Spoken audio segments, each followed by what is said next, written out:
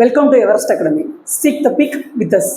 நம்ம 2025 குரூப் 4க்காக நம்ம Tamil series, Tamil eligibility test இருக்குல்ல, அந்த எலிஜிபிலிட்டி டெஸ்ட் 2022லேருந்து 2024 வரையும் நடந்திருக்கு. அதில் 22லேருந்து ஒவ்வொரு கொஸ்டின்ஸாக வந்து நம்ம வந்து 50 கொஸ்டினாக வந்து ஒவ்வொரு வீடியோவில் பார்த்துட்டு இருக்கோம். இது 3வது வீடியோ, சரிங்களா?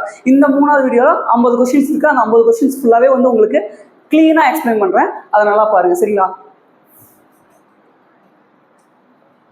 ஃபர்ஸ்ட் கொஸ்டின் பாருங்க. பல உயிர் பிரித்து எழுதுக. பல உயிர் பிரித்து எழுதுவா. பல இந்த ஊவை தான் பிரிக்க போகிறோம். இந்த பக்கம் இருன்னு இருக்குமா, ஊவை பிரித்தோம் அப்படின்னா என்ன வரும்? இவு ப்ளஸ் ஊன்னு பிரியும். பிரிஞ்சதுக்கப்புறம் இதில் வந்து என்ன ஆயிரும் அப்படின்னா, இந்த இவு வந்து அடிபட்டு போயிடும். இந்த ஊ வந்து இந்த வறுமொழியோட சேர்ந்து என்ன ஆயிரும்னா பல ப்ளஸ் உயிர் ஆயிடும். சரிங்களா? இதான் நிலைமொழி, இதான் வறுமொழி. அப்போ எங்க ஆப்ஷன்ல இருக்கு பாருங்க, ஆப்ஷன் பி. இதுதான் சரியான ஆன்சர். அடுத்து 2வது கொஸ்டின் பாருங்க. இல்லாது இயங்கும். இல்லாது பிளஸ் இயங்கும் சேர்த்து எழுத சொல்லியிருக்காங்க. சேர்த்து எழுதும் போது எப்படி எழுதுவோம் பாருங்க. இல்லா அந்த தூவை தான் பிரிக்க போறோமா, தூவை பிரிச்சோம் அப்படின்னா என்ன வரும்? இத்து பிளஸ் ஊ. அதே மாதிரி இந்த பக்கம் என்ன இருக்கு? இயங்கும். இங்க இதுக்கு முன்னாடி என்ன எழுதிருக்கு அப்படின்னா ஈ இருக்கு. ஈ இருந்துச்சு அப்படின்னா உயிர்வரின் உட்குரல் மெய்விட்டோடும். உயிர்வரின் உட்குரல் மெய்விட்டோடும் என்னும் விதிப்படி இந்த உகரம் வந்து கெட்டுரும். அப்ப இங்க என்ன மீதி இருக்கு? இத்து இருக்கு, இங்க ஈ இருக்கு. அப்ப இத்து பிளஸ் ஈ வந்து தீனு மாறுமா? இல்லாதியங்கும். இல்லாதியங்கம்னு மாறும். அப்போ ஆப்ஷன் எங்க இருக்கு? Option C. சரிங்களா? அடுத்து வன்கீரை. வன்கீரை பிரித்து எழுதுன்னு சொல்லியிருக்காங்க. வன்கீரைனா பலமான கீரைன்னு அர்த்தம். இங்க வந்து எப்படி பிரியும் அப்படின்னா மை விகுதியோட சேர்ந்து வன்மை பிளஸ் கீரைன்னு பிரியும். இது பண்பு பெயர் புணர்ச்சியில வரும். அடுத்து 4வது கொஸ்டின் பாருங்க. உதித்த என்ற சொல்லுக்குரிய எதிர்ச்சொல். இதை மறுபடியும் சொல்றேன். இந்த மாதிரி கொஸ்டின்ஸ் வரும்போது மட்டும் நல்லா கொஸ்டினை ஒரு டைம் கரெக்டா நேரா ஒரு டைம் வாசிங்க. அதே மாதிரி ரிவர்சல் இருந்து ஒரு டைம் வாசிங்க. ஏன் ரிவர்சல் இருந்து வர சொல்றேன் அப்படின்னா, இந்த எதிர்ச்சொல் கொடுத்துருக்காங்களா இல்ல சொல் பொருள் தருக அப்படின்னு சொல்லி கொடுத்துருக்காங்களாங்கிறது உங்களுக்கு தெரியும். ஏன்னா இந்த மாதிரியான சொல்ல வந்து நம்ம கவனிக்காம நம்ம என்ன பண்ணிடுவோம் அப்படின்னா ஆப்ஷன்ல போகும்போது ஃபர்ஸ்ட் ஆப்ஷனே நம்ம தப்பா சூஸ் பண்றதுக்காக வச்சிருப்பாங்க. அதனால சொல்றேன். அப்ப எதிர்சொல் அப்படின்னா உதித்த அப்படின்னா மறைந்த. அப்போ ஆப்ஷன் ஏ. அடுத்து இங்க பாருங்க. இப்பதான் சொன்னல, சோம்பல் என்னும் சொல்லுக்குரிய பொருத்தமான எதிர்ச்சொல். அந்த எதிர்ச்சொல்லை நான் நோட் பண்ணோம் அப்படின்னா பின்னாடி இருந்து ஒரு டைம் முன்னாடி இருந்து ஒரு டைம் படிக்கும் போது நமக்கு வந்து அந்த ரெக்டிஃபை பண்றதுக்கான கொஸ்டினை வந்து நம்ம தப்பா சூஸ் பண்ணாம கரெக்டா சூஸ் பண்றதுக்கான பாசிபிலிட்டி அதிகமாக இருக்கும். சரிங்களா? இப்போ வந்து இங்க என்ன கொடுத்துருக்காங்க? சோம்பல். சோம்பல் அப்படின்னா சோம்பேறித்தனமா இருக்கிறது. அதோட ஆப்போசிட் என்னவா இருக்கும்? சுறுசுறுப்பா இருக்கிறது, துருதுருன்னு இருக்கிறது, அந்த மாதிரி கூட சொல்லலாம். அடுத்து பொருந்தா சொல்லை தேர்ந்தெடுக்க. இந்த பொருந்தா சொல் வரும்போது மட்டும் நமக்கு ஒரு சில விஷயங்கள் தேவைப்படும். அந்த பொருந்தா சொற்களை மொத்தமா முழுமைப்படுத்தி பார்க்கும்போது அதுக்குள்ள ஒரு கோர்வையா ஒரு விஷயம் இருக்கும். அந்த கோர்வையான விஷயத்தை கண்டுபிடிச்சாதான் ஒரே ஒரு ஆப்ஷன் மட்டும் பொருந்தாத மாதிரி இருக்கும். அதை கண்டுபிடிக்க முடியும். இங்க பாருங்களேன். இப்போ ஹைக்கு, சென்ட்ரிக்கு, மரபு கவிதை, அதே மாதிரி லிமரைக்கு. இப்போ இதுல 3க்கும் ஒரு ஒற்றுமை இருக்கும், ஒன்னே ஒன்று மட்டும் வேற்றுமையா இருக்கும். அப்போ ஹைக்கோ, சென்ட்ரிக்கோ, லிமரைக்கோ இது 3மே என்ன அப்படின்னா இது 3மே புதுக்கவிதை. புதுக்கவிதை. பாரதியாருக்கு பின்னாடியே வந்து புதுக்கவிதை வர ஆரம்பிச்சிருச்சு. அதாவது யாப்புக்கட்டுகளுக்கு உட்பட்டு இருக்கிறது எல்லாமே மரபு கவிதை, யாப்புக்கட்டுகளுக்கு உட்படாமல் அப்பாற்பட்டு இருக்கிறது எல்லாமே புதுக்கவிதை. சரிங்களா? அப்போ மரபு கவிதைனா என்ன, புதுக்கவிதைனா என்ன, மரபு கவிதைக்குள்ள என்னென்ன வரும், புதுக்கவிதைக்குள்ள என்னென்ன வருங்கிற ஒரு சில விஷயங்கள் தெரிஞ்சா இந்த கொஸ்டினுக்கான ஆன்சர் நம்ம கிளிக் பண்ணிடலாம். அடுத்து இந்த கொஸ்டின்ல பொருந்தாத இணை எது? தோல் கருவிகள் உடுக்கை தவண்டை, நரம்பு கருவிகள் யாழ் வீணை, காற்று கருவிகள் குழல் சங்கு, கஞ்ச கருவிகள் சாளரா செகண்டி. இதுல எல்லாமே சரியா தான் கொடுத்துருக்காங்க. ஆனா ஆப்ஷனல் ஆன்சர் மட்டும் என்ன கொடுத்துருக்காங்கன்னா உடுக்கை தவண்டைன்னு கொடுத்துருக்காங்க.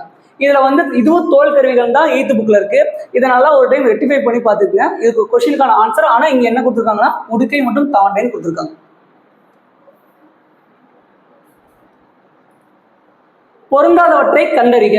தோசை வைக்கப்பட்டது, படு பட்டது, படு பட்டது, இந்த மாதிரியான சொல் முடிஞ்சிச்சு அப்படின்னாலே அது என்ன வினைத்தொடர்னா செயற்பாட்டு வினைத்தொடர்ல வரும். இங்க என்ன இருக்கு? செய்வினை தொடர் இருக்கு. அப்ப செய்வினை தொடர்ங்கிறது தப்பு. என்னது? பொருந்தாதவற்றை தான் தேர்வு செய்ய சொல்லியிருக்காங்க. அப்துல் நேற்று வந்தான், தன்வினை தொடர். இதுவே நான் சொல்றேன், அப்துல் நேற்று வருவித்தான். வருவித்தான் அப்படின்னா என்ன சொல்லா இருக்கும் அப்படின்னா இது என்னவா இருக்கும் அப்படின்னா பிறவினை தொடரா இருக்கும். சரிங்களா? செய், வை, பண்ணு இதெல்லாமே வந்து பிறவினை தொடர். அதுக்கப்புறம் என்ன கொடுத்துருக்காங்க அப்படின்னா கவிதா உரை படித்தாள். கவிதா உரை படித்தாள். ஒரு ஒரு செயல் வந்து செஞ்சதுக்கு அப்புறம் அந்த செயலோட தன்மை, அதோட முழு அர்த்தமும் அவங்களுக்கே போச்சு அப்படின்னா, அதோட பண்பும் அதோட விஷயங்கள் வந்து அவங்களுக்கே போச்சு அப்படின்னா அது என்னவா இருக்கும் அப்படின்னா செய்வினை தொடரா இருக்கும். அதோட பயனும் அவங்களுக்கே போகும். பாருங்களேன், கவிதா உரை படித்தாள். கவிதா உரை படித்தாள்னா அவளுக்கு அது புரியும். அப்போ வந்து கவிதா உரை படித்தாள் அப்படின்னா செய்வினை தொடர். இதுதான் ஒரு சின்ன எக்ஸாம்பிள் வச்சுக்கோங்க. இது ஒரு சில விஷயங்கள்ல வந்து கரெக்டா இருக்கும். அடுத்து கோவலன் கொலை உண்டான். கொலை உண்டான் படுபட்ட சொல்லணும். அதே மாதிரி உண்டான் வந்துச்சாலும் செயற்பாடு வினை தொடர் தான். ஒரு டைம் புக்கில் எடுத்து இதை பார்த்ததுக்கு அப்புறம் இந்த இதுல இருக்கிற எல்லாத்தையுமே ஒரு டைம் பார்த்துட்டீங்க அப்படின்னா உங்களுக்கு டவுட் வராது. அடுத்து மரபு பிழை. மரபு பிழையற்றதை எடுத்து எழுதுங்க. மரபு பிழையற்றதை தான் எடுத்து எழுத சொல்லியிருக்காங்க.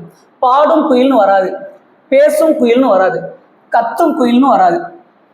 இதுல வந்து கரடி கத்தும் சொல்லுவாங்க. கத்தும்க்கு மரபு வந்து என்னன்னா கரடி கத்தும். சரிங்களா?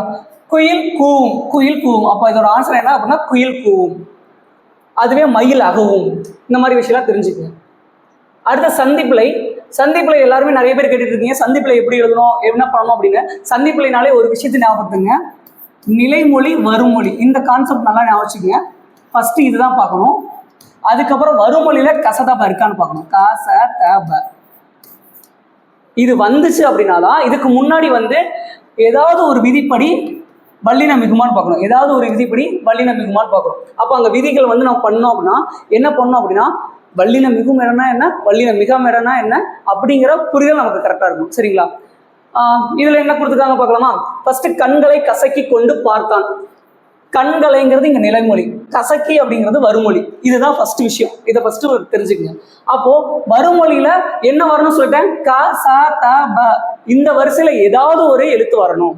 அப்போ கா வரிசை வந்துருச்சு அப்படின்னா அதுக்கு இனமான மையெழுத்து மிகும். அதுக்கு இனமான மையெழுத்துனா அப்படின்னா என்ன வரும்? இதுக்கு இனமான மையெழுத்துனா இக்கு. அப்போ இக்கு மிகும். ஆனா என்ன இருக்கணும் அப்படின்னா இங்க ஒரு விதி இருக்கணும். சரி, இங்க என்ன முடிஞ்சிருக்கு? கண்களை லைய பிரிச்சோம் அப்படின்னா என்ன வரும்? இல் பிளஸ் ஐன்னு வரும். இந்த ஐங்கிறது என்ன வேற்றுமை உறுப்பு? இரண்டாம் வேற்றுமை விரி. இங்க என்ன இருக்கு அப்படின்னா இரண்டாம் வேற்றுமை விரி. அப்போ வல்லின மிகும் இடம் மிக இடங்கள் எடுத்து பார்த்தீங்க அப்படின்னா இரண்டாம் வேற்றுமை விரியிலையும் நான்காம் வேற்றுமை விரியிலையும் வல்லின மிகுன்னு கொடுத்துருப்பாங்க. கான்செப்ட் அவ்வளவுதான். இரண்டாம் வேற்றுமை விரியிலையும் நான்காம் வேற்றுமை விரியிலையும் வல்லின மிகும். அப்போ இங்க என்ன பண்ணும் அப்படின்னா வல்லின மிகுணும். அப்போ இங்க வந்து என்ன வந்திருக்கணும்? இக்கு வந்திருக்கணும். அப்போ இக்கு வரத தவிர மற்ற எல்லாத்தையுமே ஆப்ஷன் அடிச்சு விட்டுருங்க. இதுவும் அடிச்சு விட்டுருங்க, இதை அடிச்சு விட்டுருங்க. இது ரெண்டுல ஏதாச்சும் ஒண்ணலாம். அடுத்து என்ன பண்ணணும் அப்படின்னா இதை நிலைமொழியாகவும் அடுத்து உள்ளதா வருமொழியாகவும் வச்சு பார்க்கணும். வருமொழியா இருக்கிறதுல என்ன இருக்குன்னு சொல்லிட்டேன், க ச த ப. இந்த வரிசையில ஏதாச்சும் ஒன்று இருக்கணும். இங்க என்ன இருக்கு? கோ. அப்ப கோங்கிறது என்ன வரிசையில இருக்கும்? கா வரிசையில இருக்கும். அப்ப கா வரிசையில இருக்கா? அப்ப அதுக்கு முன்னாடி என்ன எழுத்து மிகணும்? அதோட வல்லின மெய் எழுத்து என்ன அப்படின்னா இக்கு. அப்ப இக்க வர்றதுக்கு இங்க என்ன இருக்கணும்? ஏதாவது ஒரு விதியில வல்லின மிகுற மாதிரி இருக்கணும். அப்போ இங்க என்ன இருக்குன்னு பாருங்க, கசக்கி. அப்ப இக்கு பிளஸ் ஈன்னு மக்கிய பிரிச்சோம் அப்படின்னா என்ன வரும்? இக்கு பிளஸ் இ. அதாவது ஈகார அதாவது வினையச்சத்துல இகர அகர வினைமுற்ற இகர அகர வினையச்சமா வந்துச்சு அப்படின்னா அங்க என்ன வரும் அப்படின்னா வல்லின மிகும். நல்லா வச்சுக்கோங்க. வினையச்சத்துல இகர அகர அந்த எழுத்துல வந்து முடிஞ்சிச்சு அப்படின்னா அங்க என்ன பண்ணும் அப்படின்னா வல்லின மிகும். கசக்கி. அப்போ வந்து என்ன வரும்? இக்கு வரும். இக்கு வந்துச்சுன்னா அப்போ வந்து அங்க வந்து எது வரும் அப்படின்னா இந்த ஆப்ஷன் சி தான் ஆன்சரா வரும். ஆப்ஷன் பி ஆன்சரா கிடையாது. இவ்வளவுதான் வல்லின மெய். இவ்வளவுதான் வந்து சந்திப்பிழையில வரும். சந்திப்பிழைனாலே உங்களுக்கு மோஸ்ட்லி எது வரும் அப்படின்னா இந்த இரண்டாம் வேற்றுமை உறுப்பும் நான்காம் வேற்றுமை உருவோட விரி தான் வரும். அதை வச்சு நீங்க கண்டுபிடிச்சிடலாம். அடுத்து பாருங்க, சந்திப்பிழை இல்லாத தொடரை காண்க. இங்கேயும் அதேதான். ஆசிரியர், ஆசிரியர்ங்கிறது ஒரு எழுவாய். எழுவாய்க்கு அப்புறம் வல்லினம் மிகக்கூடாது. இது ஃபர்ஸ்ட் பாயிண்ட். எழுவாயில வல்லினம் மிகாது. எழுவாயில வல்லினம் மிகாது.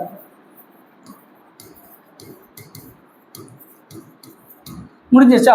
அப்போ இது ரெண்டுக்கு இடையில வந்து வல்லினம் மிகாது. அதுவும் இல்லாம இங்க என்ன வரிசை இருக்கு? வா வரிசை இருக்கு. நான் என்ன வரிசை சொன்னேன்? கா ச தப வரிசை. அப்ப இங்க வரவும் வாய்ப்பு இல்லை. அடுத்து இதுக்கு இடையில என்ன இருக்குன்னு பார்க்கணுமா? இதை நிலைமொழியாவும் இது வறுமொழியாவும் வைப்போம். அப்படி வைக்கும் போது வந்து இங்க என்ன இருக்கு அப்படின்னா கூ இருக்கு. கூங்கிறது கா வரிசையில வருதா? அப்போ வறுமொழியில கா வரிசையில ஒரு எழுத்து வந்துருச்சு. அதற்கு இனமான மெய்யெழுத்து இங்க மிகணும்னா இதுக்கு முன்னாடி என்ன இருக்கும் அப்படின்னா ஒரு விதி இருக்கணும். அப்போ வருவதாக காவை பிரிச்சோம் அப்படின்னா என்ன வரும்? இக்கு பிளஸ் அப்போ ஆகர ஈற்று இப்படி வந்துச்சு அப்படின்னாலே இங்க வந்து இக்கு வரணும். அப்போ இக்கு வரதை தவிர மற்ற எல்லாத்தையும் அடிச்சுக்கலாம், மேலே கீழே அடிச்சுக்கலாம். ரெண்டு தான் இருக்கு.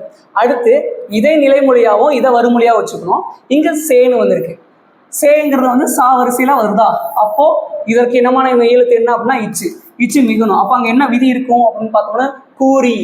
அப்போ வினையச்சம் இகர அகர ஈற்றா முடிஞ்சிச்சு அப்படின்னாலே அங்க என்ன வரும் அப்படின்னா வல்லினம் மிகும். அப்போ இங்க வல்லினம் மிகும். அப்போ ஆப்ஷன் பி மட்டும் தான் கரெக்டு. இது தப்பு. அவ்வளவுதான்.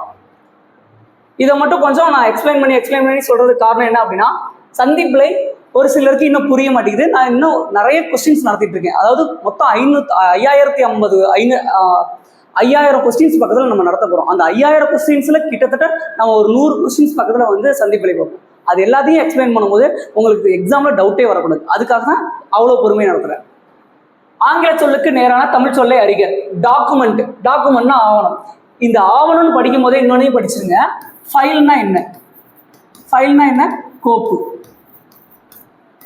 ஒரு விஷயம் குழப்புது அப்படின்னா அந்த குழப்புற விஷயத்துக்கு பக்கத்துல எழுதி வைக்கணும். இது வந்து ஒரு நல்ல ஸ்டடி மெத்தடா இருக்கும். பேட்டன்ட்னா என்னது? காப்புரிமை. பேட்டன்ட் அப்படின்னா காப்புரிமைன்னு வரணும்.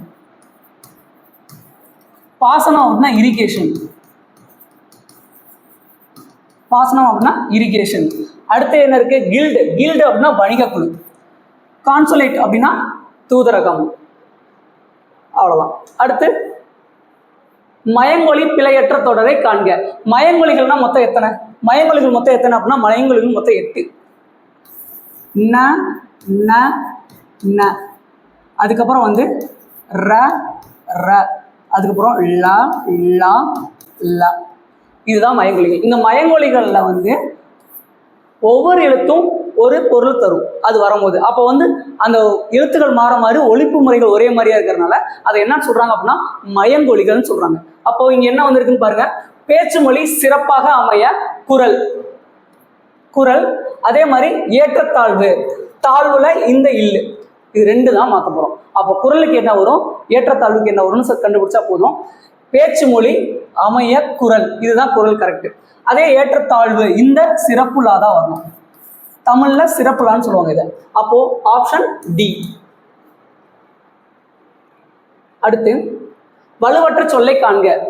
வலுவற்றை சொல்லணும்னா வலுனா குற்றம் அர்த்தம். வலு அப்படின்னா குற்றம். அப்போ குற்றம் இல்லாத சொல்ல கண்டுபிடிக்க சொல்லியிருக்காங்க. இங்க அறிவா மனைன்னு கொடுத்துருக்காங்க. அறிவா மனைன்னு வரக்கூடாது, அறிவாள் மனை. சரியா? அதே மாதிரி தாவாரம் கொடுத்துருக்காங்களா? தாவாரம் வரக்கூடாது, தாழ்வாரம். அடுத்து என்ன கொடுத்துருக்காங்க? அடமலை கிடையாது, அடைமலை. அப்ப ஆப்ஷன் என்னவா இருக்கும்? ஒட்டடை கிடையாது, ஒட்டடை. அடுத்து இந்த கொஸ்டின் பாருங்க. அடல் என்பதன் தவறான பொருளை தேர்ந்தெடுக்க. அடல்னா என்னென்ன பொருள் நமக்கு தெரியணும். அடல்னா என்னென்ன பொருள்னு பாருங்க.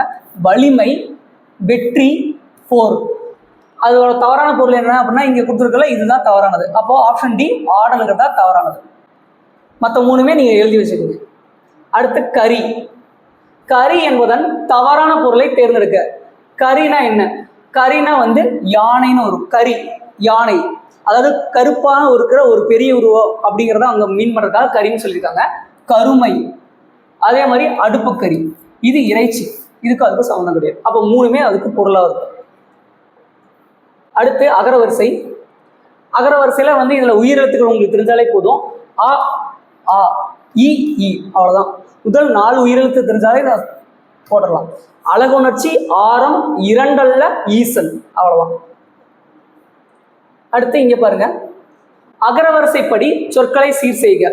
இங்க என்ன வரணும், இங்க உங்களுக்கு என்ன தெரியணும் அப்படின்னா, அந்த பா வரிசையில உயிரெழுத்து சேர்க்கும் போது இப்பு பிளஸ் ஆ என்ன பா, இப்பு பிளஸ் ஆ என்ன பா அப்படிங்கிறத முன்னாடி நான் ஒரு டைம் எழுதி அந்த முன்னாடி வீடியோல சொல்லியிருப்பேன். அதை பார்த்துட்டு வந்தீங்கன்னா இன்னும் உங்களுக்கு ஈஸியா புரியும். அப்போ பாக்கு அப்புறம் பா வரும், அதுக்கப்புறம் இங்க பி தான் இருக்கு, அதுக்கப்புறம் பே தான் இருக்கு. அப்போ இது ஆன்சர் சி. அகரவரிசையில தப்பு பண்ணக்கூடாதுன்னா சைடில் எழுதி வச்சுட்டு கூட நீங்க அதை பண்ணுங்க. மா வரிசைனா மாமா, மீமி, மூமு, மேமே, மை, மொமோ, மௌ. அப்போ மா மா, அதுக்கப்புறம் என்ன இருக்கு, மீ தான் இருக்கு, அதுக்கப்புறம் மூ, அப்புறம் மே மே, அதுல மீதி என்ன இருக்கு, மோ இருக்கு. அப்போ இதுதான் ஆன்சர். அந்த வரிசை வந்துச்சுன்னா கொஞ்சம் ஃபாஸ்டா போங்க, வரிசை வரலைன்னா பொறுமையா அதுக்கு சேர்த்து எழுதிட்டு போங்க, சரிங்களா? இது வா வரிசையில இருக்கு. வாக்கு அப்புறம் வி இருக்கு, அதுக்கப்புறம் வே, அப்புறம் பே, அதுக்கப்புறம் வை. இது எப்படி எழுதணுங்கிறத நான் சிம்பிளா சொல்லிடுறேன். இங்க பாருங்க, இவு போட்டு ஆ, அதே மாதிரி இவு போட்டு ஆ, இது கூட்டும் போது என்ன இருக்கும், வா, இதே வா. இது மாதிரி உயிரெழுத்துக்களை வரிசையை எழுதிட்டு அதோட இப்ப சேர்த்து சேர்த்து எழுதினீங்கனாலே உங்களுக்கு வரிசை தெரிஞ்சிடும். குறிஞ்சி நகர் எங்கே இருக்கிறது? ஒருத்தர் கேட்கிறாரு, குறிஞ்சி நகர் எங்கே இருக்கிறதுன்னு கேட்கிறாரு. இந்த வழியாக செல்லுங்கள் ஒருத்தர் சுட்டி காட்டுறாரு. அப்போ இது என்ன விடை? சுட்டு விடை. சுட்டு விடை, மறைவிடை, நேர்விடை, இது மூணுமே வெளிப்படை விடைகள்னு சொல்லுவாங்க. இதையும் நம்ம பின்னாடியே பார்ப்போம், பின்னாடியே வந்துருச்சு.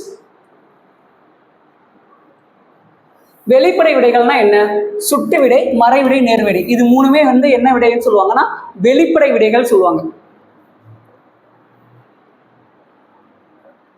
அதுக்கப்புறம் விடைக்கேற்ற வினா அமைத்திடு. இந்த விடைக்கேற்ற வினா அமைத்திடு மட்டும் ரொம்ப கவனமா பாருங்க, ஏன்னா கொஸ்டின்ஸ் ஈஸியா இருக்கிற மாதிரி தெரியும், ஆனா குழப்புற மாதிரி ஆப்ஷன்ஸ் கொடுப்பாங்க. சிலப்பதிகாரம் முத்தமிழ் காப்பியம் என்றும் குடிமக்கள் காப்பியம் என்றும் அழைக்கப்படுகிறது. இது என்ன சொல்லியிருக்காங்க? சிலப்பதிகாரம் முத்தமிழ் காப்பியம் என்றும் குடிமக்கள் காப்பியம் என்றும் அழைக்கப்படுகிறதுன்னு சொல்லியிருக்காங்க. அப்ப கொஸ்டின் என்னவா இருக்கலாம்? சிலப்பதிகாரம் எவ்வாறு எல்லாம் அழைக்கப்படுகிறது, சரிதான்.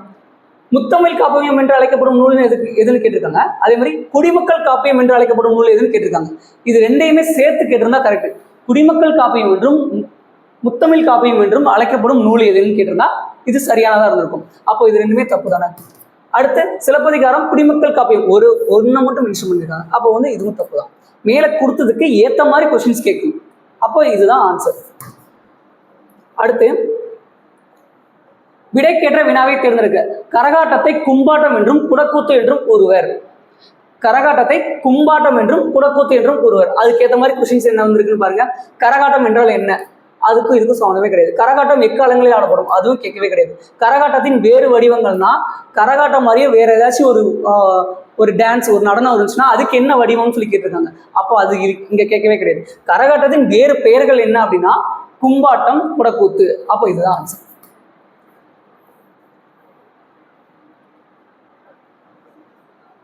சரியான கலைச்சொல்லை கண்டறிக. அப்ஜெக்டிவ்னா என்ன? இப்போ இந்த மாதிரி கொடுக்கும்போது இதுக்குள்ளேயே ஆப்ஷன்ஸ் வந்து மாற்றி மாற்றி வச்சிருப்பாங்க. அப்போ இதுக்குள்ள பார்க்கும்போது எல்லாம் ஒரே இடத்துல இருந்து படிச்சிருப்போம், அப்போ நம்மளே குழப்பிக்கும். அதுக்கு என்ன பண்ணோம் அப்படின்னா கொஞ்சம் புரிதலோட பொறுமையா நம்மளே யோசிச்சோம் அப்படின்னா நமக்கு வந்துடும். இதுதான் படித்தோம். அப்ஜெக்டிவ்னா குறிக்கோள், அப்போ அப்ஜெக்டிவ்னா குறிக்கோள். கான்ஃபிடன்ஸ் அப்படின்னா நம்பிக்கை, அப்போ இது கரெக்ட். அக்ரிமெண்ட்னா ஒப்பந்தம். கான்ஸ்டிடியூஷன் அப்படின்னா வந்து அரசியல் அமைப்பு, அப்போ இங்கேதான் எல்லாமே இருக்கு. ஏன் குழப்பற மாதிரி கொடுக்குறாங்கன்னா இதுதான்.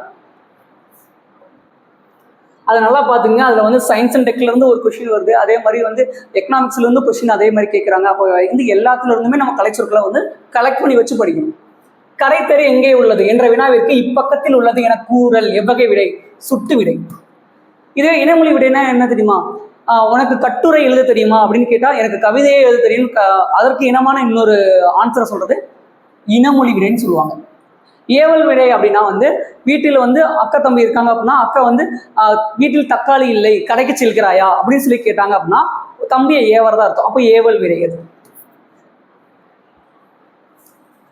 அதே மாதிரி உருவது கூறல் அப்படின்னா நமக்கு வந்து வரப்போற விஷயத்த நம்ம முன்னாடியே சொல்றது. நீ விளையாட வருகிறாயான்னு கேட்டா கால் வலிக்கும் அப்படின்னு சொல்றது வந்து என்ன அப்படின்னா உருவதுன்னா வரப்போற விஷயத்த நம்ம முன்னாடியே சொல்றது. இப்போ நான் விளையாட போறதுக்கு ரெடியா இல்லை அப்படின்னா நான் ஏதாச்சும் ஒரு சாக்கு சொல்லணும். அப்போ வந்து ஒருத்தர் விளையாட வருகிறான்னு கேட்டா எனக்கு கால் வலிக்கும் சொல்றது வந்து உருவது கூறல் விடை.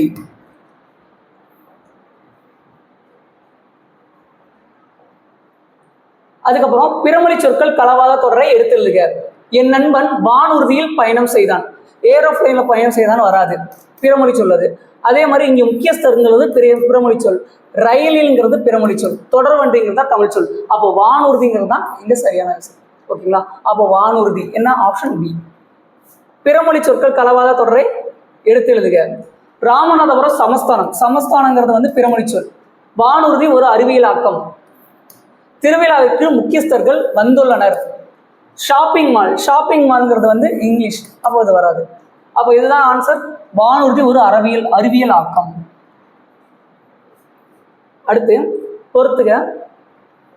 கீது, இதெல்லாம் வந்து சென்னை ஸ்லாங்ல சொல்ற மாதிரி கீது அப்படின்னா இருக்கிறது. இலை எடுத்து போடு அப்படின்னு சொல்லுவோம். ஆனா இலை உச்சரிப்பு மாறும், பேச்சு வழக்குக்கும் எழுத்து வழக்குக்கும் உச்சரிப்புகள் மாறும். உலகம் அப்படின்னா உலகம். சாப்பிட்டான், சாப்பிட்டான், பேச்சு வழக்குல இருந்து எழுத்து வழக்கு மாத்திரம், அவ்வளவுதான். ஆப்ஷன் என்ன? 3, 1, 4, 2. Answer A. எழுத்து வழக்கு தொடரை தேர்ந்தெடுக்க. எப்பவுமே பேச்சு வழக்கு தொடர்ல இருந்து எழுத்து வழக்கு சொல்லுக்கு மாத்துவாங்க. இங்க வந்து என்ன கொடுக்குறாங்க அப்படின்னா எழுத்து வழக்கு தொடரை கண்டுபிடிக்க சொல்லியிருக்காங்க. அதிக தொலைவில் இருந்து வருகிறேன், கரெக்ட். ரொம்ப இது எல்லாமே வராது. அப்ப என்னதான் ஆன்சரு? அதிக தான் கரெக்ட். அடுத்து திருவள்ளுவரின் புகழை டேஷ் உலகமே அறிந்துள்ளது. திருவள்ளுவரோட புகழ் வந்து உலகம் ஃபுல்லா பரவி இருக்கு. திருவள்ளுவர் 2 அடியில உலகத்தை அளந்து போயிட்டாரு. அதுல 7 சீர்முறை தான் இருக்கு. அதை வச்சே வந்து உலகத்துக்கான எல்லா தத்துவங்களையும் சொல்லிட்டு போயிட்டாரு. எந்த மதம் சார்ந்தோ, எந்த இனம் சார்ந்தோ, எந்த மொழி சார்ந்தோ எந்த விதமான பாகுபாடும் கிடையாம உலக மக்களுக்கான பொதுவான ஒரு இலக்கியமா கொடுத்துட்டு போயிட்டாரு. அதனாலதான் வந்து உலக பொதுமுறை சொல்றோம். அப்போ இங்க அதை எப்படி சொல்றாங்க அப்படின்னா, திருக்குறளை வந்து புரிஞ்சுக்கிற விதம் வந்து உள்ளங்கை நெல்லிக்கனி போல. திருவள்ளுவரின் புகழை உள்ளங்கை நெல்லிக்கனி போல உலகமே அறிந்துள்ளது அப்படின்னு சொல்லியிருக்காங்க. அப்ப இதுதான் ஆன்சர். பசுமரத்தாணி போலனா மனதில் ஆழப்பதிதல் சொல்லுவாங்க. அடுத்து இந்த கொஸ்டின் பாருங்க. கீழ்கண்டவற்றுள் 2 சொற்கள் இணைந்து உருவாக்கப்படாத சொல்லை கண்டறிகன்னு கேட்டிருக்காங்க. இப்போ பாருங்களேன், தலைவன், தலை வந்து ஒரு சொல்லு, வன்கிறது ஒரு சொல்லு கிடையாது. தலை விதி, அப்ப 2 சொல் இருக்கா? 1, 2. அதே மாதிரி தலை எழுத்து, தலை பிளஸ் எழுத்து, தலை பிளஸ் மகன், அப்ப 2 இருக்கு. இது மட்டும்தான் கிடையாது. அப்ப இதுதான் ஆன்சர். அடுத்து சந்திப்பிழை அற்ற வாக்கியங்களை கண்டறிக. நான் முன்னாடியே சொல்லியிருக்கேன், எந்த விரியில மிகுன்னு சொன்னா அதை இங்க கண்டிப்பா யூஸ் பண்ணுவோம். பாருங்க, காட்சியை பார். நான் என்ன சொல்லிட்டேன்? நிலைமொழி வருமொழின்னு வச்சுக்கோமா. இந்த வருமொழியில என்ன வரிசை இருக்கணும்? க, ச, த, ப. இந்த வரிசையில் ஏதாச்சும் ஒன்று இருக்கணும். எந்த வரிசை இருக்கு அப்படின்னா பாவரிசை இருக்கு. அதற்கு இனமான மெய்யெழுத்து என்ன அப்படின்னா இப்பு. அப்போ முன்னாடி என்ன இருக்கணும் அப்படின்னா அதுக்கான வாய்ப்பாடு, அதாவது விதி ஏதாச்சும் இருக்கணும். ஐன்னு இருக்கு. இந்த ஐயை பிரிச்சோம் அப்படின்னா இ பிளஸ் ஐன்னு வருமா? இந்த ஐங்கிறது வந்து என்ன இருக்குன்னா வெளிப்படையா வந்திருக்கு. அப்போ 2ஆம் வேற்றுமை விரி. 2ஆம் வேற்றுமை விரியில வல்லின மிகும். 2ஆம் வேற்றுமை விரியில கண்டிப்பா வல்லின மிகும். அதுக்கப்புறம் என்ன இருக்குன்னா என கேட்டார், என ஆக. இந்த 2 சொற்களுக்கு பின்னாலும் ஏதாச்சும் நிலைமொழியில கசதப வரிசையில் ஏதாச்சும் ஒண்ணு வந்துச்சு அப்படின்னா கண்டிப்பா அங்க என்ன மிகும் அப்படின்னா வல்லின மிகும். அதற்கு இனமான வல்லின மிகும். அப்போ வந்து அது கரெக்ட். அடுத்து இங்க என்ன இருக்கு? ஊருக்கு செல், சா வரிசையில சே வந்துருச்சா? அதுக்கு முன்னாடி வந்து இன எழுத்து மிகணும் அப்படின்னா இங்க என்ன ஏதாச்சும் விதிக்கு உட்பட்டு இருக்கணும். அப்போ நிலைமொழியில என்ன இருக்கு அப்படின்னா கூ இருக்கு. கூங்கிறது என்னது? 4ஆம் வேற்றுமை விரி. 4ஆம் வேற்றுமை விரியில வல்லின மிகுமா கேட்டா கண்டிப்பா மிகும். 4ஆம் வேற்றுமை விரி, 4ஆம் வேற்றுமை விரியில் வல்லின மிகும். அப்போ ஊருக்கு செல். கதவை திற, இங்க என்ன இருக்கு? தா வரிசையில தீ இருக்கா? அதுக்கு முன்னாடி இன்னும் எழுத்து என்ன? இத்து வரணும். அப்போ இங்க என்ன இருக்கு? வை இருக்கு. வையை பிரிச்சோம் அப்படின்னா இவ பிளஸ் ஐன்னு வருமா? அப்போ 2ஆம் வேற்றுமை விரியில வல்லின மிகும். அப்ப இங்க 2 இடத்துல தான் சரியா வந்திருக்கு. ஒண்ணு வந்து காட்சியை பார், இன்னொன்னு வந்து என்ன அப்படின்னா கதவை திற. அப்போ 1, 4 தான் சரி. இது 2ஐயுமே நீங்க ஆன்சர்ல எழுதிக்கிங்க. அடுத்து கீழ்காணும் சொற்களில் கூட்டு பெயர்களை கண்டுபிடித்து பொறுத்துக. கல் குவியல், பழக்குலை, புல்கட்டு, ஆட்டு மந்தை. அவ்வளோதான். அப்போ ஆன்சர் என்ன? 2, 4, 1, 3. இதெல்லாம் ஈஸி தான். அடுத்து அடைப்புக்குள் உள்ள எழுத்தை தகுந்த இடத்தில் சேர்க்க என்ன கொடுத்துருக்காங்க அப்படின்னா ஐ கொடுத்துருக்காங்க. ஐங்கிறது என்ன? இரண்டாம் வேற்றுமை விரி. அப்போ இங்கே எதுக்கு வரும் பாருங்க, ஆடை, ஆடை அணிந்தான், ஆடையை அணிந்தான், ஆடையை அணிந்தான். அதே மாதிரி இங்க தோசைக்கு வராது, இங்க வந்து பள்ளிக்கு சென்றான்னு வரலாமா? இது வந்து என்ன அப்படின்னா இரண்டாம் வேற்றுமை வரி, இது நான்காம் வேற்றுமை வரின்னு சொல்லலாம். பள்ளிக்கு சென்றான், அப்ப இங்க என்ன வரும்? இங்க சாவரிசையில் வந்திருக்கு, அப்ப இங்க எச்சு வரும். கண்ணனுக்கு சட்டை, கண்ணனுக்கு சட்டை அப்போ வரும். ஓகேங்களா? அப்போ இதுல எதுக்கு ஆன்சர் கரெக்டா வருது அப்படின்னா ஆடையை அணிந்தான். அப்போ இதுதான் ஆன்சர். அடுத்து சிறு சீரு என்ற சொற்களின் பொருள் தரும் தொடரை தேர்ந்தெடுக்க. சிறு குட்டியாக இருந்தாலும் சீருவதில் புலியை மிஞ்ச முடியாது. இதுலதான் சிறு சீருங்கிற எழுத்தே வருது, மீதியில் எதுலையுமே வராது. அடுத்து இங்க பாருங்க, இது ஒரு நல்ல கொஸ்டின். கூற்று காரணம் சரியா தவறா? வாழ்க தமிழ் மொழி, வாழ்க தமிழ் மொழி, வாழ்க தமிழ் மொழியே, வானம் அறிந்தது அனைத்தும் அறிந்து வளர்மொழி வாழியவே. இந்த மாதிரி பாடல் யார் பாடினா அப்படின்னா பாரதியார் தான் பாடியிருப்பார். இது வந்து புக்லயே இருக்கு, அந்த புக்ல இருக்கிற பாடலை நல்லா படிச்சுக்கோங்க. தமிழை வாழ்த்தி பாடப்பட்ட பாடல். பாரதியார் கவிதைகள், இது ரொம்ப முக்கியம். பாரதியார் கவிதைகள் என்னும் தொகுப்பில் இடம்பெற்றுள்ளது. இதனை பாடியவர் பாரதிதாசன் கிடையாது, பாரதியார். அப்ப இதை தவிர மற்ற எல்லாமே சரி. அடுத்து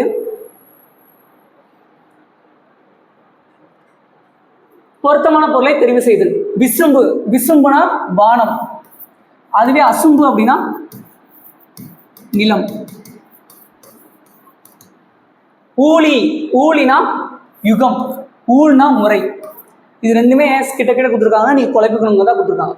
ஊழி, ஊழி காலம், ஊழி காலம்னா யுகம், யுகமா அப்படின்னு அர்த்தம். ஊழ்னா முறை. பீடு அப்படின்னா சிறப்பு. அப்போ ஆப்ஷன் என்ன? 3, 4, 2, 1. Answer C. அடுத்து சொல்லுக்கான பொருளை தேர்ந்தெடுத்து எழுதுக. நுணுங்கிய கேள்வியர், கேள்வியர்னா கேட்கிற அறிவு உடையவங்க. அப்போ வந்து இதுல கேள்விக்கு விடை அறிந்தவர் கிடையாது, மெத்த படித்த கல்வியாளர் கிடையாது, காதுகளுக்கும் திறன் இல்லாதவர், இதெல்லாம் வர வாய்ப்பே இல்லை. நுட்பமான கேள்வி அறிவு உடையவர், நுட்பமான கேள்வி அறிவு உடையவர். அடுத்து கீழ்காணும் சொல்லுக்கான பொருளை தேர்ந்தெடு. பேணாமை, இங்க என்ன கொடுத்துருக்கு அப்படின்னா மறுபடியும் ஒரு டைம் ரிவர்ஸ்ல படிக்க சொல்லுவேன். ஏன்னா பொருளை கொடுத்துருக்காங்களா இல்ல பொருளுக்கு எதிர் சொல்லி கேட்டிருக்காங்களா நல்லா பார்த்துக்கங்க. இப்போ பேணாமை, பேணாமை அப்படின்னா என்ன? பாதுகாக்காமை. இதுவே எதிர் சொல்லா இருந்தா என்னன்னா பாதுகாத்தல், பேணுதல், ஏதாச்சும் ஒன்று வந்துருக்குமா? அப்போ வந்து கொஸ்டின் நல்லா படிக்கும் போது தான் நம்ம ஆன்சர் கண்டுபிடிக்க முடியும். பொருத்தமான பொருளை தேர்வு செய்க. செவிச்செல்வம், செவிச்செல்வம் அப்படின்னா செல்வங்கிறது இங்க வந்து அறிவை குறிக்கும். செல்வங்கிறது அறிவை குறிக்கும். செவிங்கிறது கேட்பதால் பெரும் அறிவு. அப்போ கேட்பதால் பெரும் அறிவு. சரியான தொடரை கண்டறிக.